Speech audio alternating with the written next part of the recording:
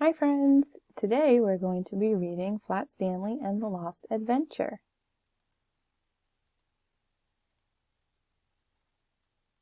Stanley Lambchop lived with his mother, father, and his little brother Arthur. Stanley was 4 feet tall and about a foot wide, and half an inch thick. He had been flat ever since a bulletin board fell on him. Sometimes being flat was great, especially on trips.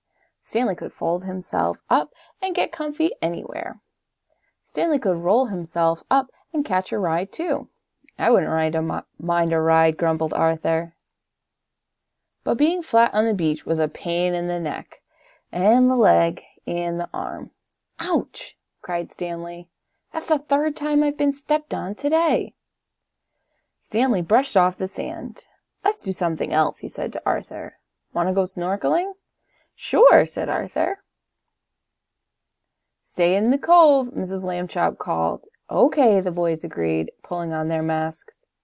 Stanley splashed into the sea. Last one in is a rotten egg. No fair, said Arthur. You don't have to put fins on.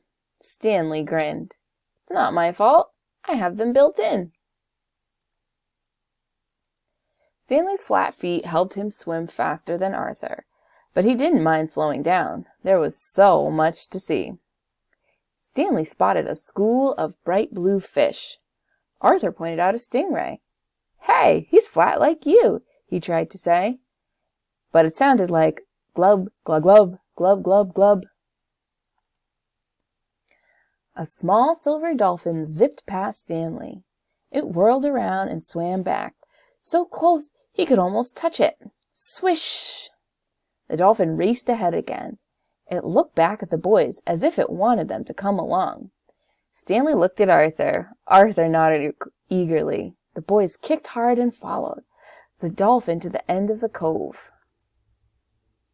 Below them the ocean floor dipped. There, nestled at the bottom, lay an old ship. The dolphin dived down. The boys took deep breaths and dived too. They couldn't believe what they saw. The ship's sails were torn, its nets were tangled, but in the middle of the wreck sat a chest of gleaming gold. Stanley kicked back to the surface. Arthur's head popped up next to him. Did you see that? Arthur cried. Let's grab a bunch of gold. We'll be rich. Hold on, Stanley said. That treasure must belong to somebody. Let's take one piece to show everyone. Then we'll figure out what to do. Aw, okay, said Arthur.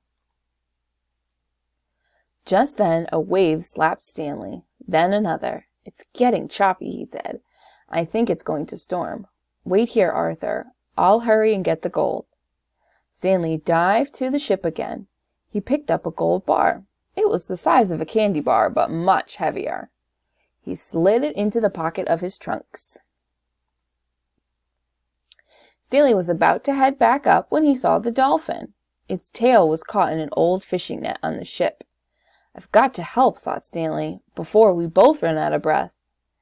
Stanley rolled himself up. Quickly, Stanley rolled himself up. He tried to slide through the hole in a net, but something got stuck. The gold bar. Stanley yanked it out of his pocket and tossed it away. Now Stanley fit easily into the net. He used his flat fingers to pry the rope off the dolphin's tail. The little dolphin was free. Seconds later, Stanley burst out of the water. He took a big gulp of fresh air. Beside him, the dolphin whistled softly. You're welcome, said Stanley. Stanley, yelled Arthur. Help! The water wasn't just choppy now. The wind was whipping into wild waves. Jump on, Arthur, Stanley called. He threw himself on a wave like a surfboard. Woohoo! Cried Arthur. The boys rode the waves all the way to the shore. By morning, the storm had passed.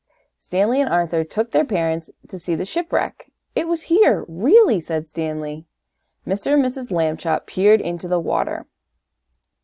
The bottom of the cove was empty. No ship in sight. Not a trace.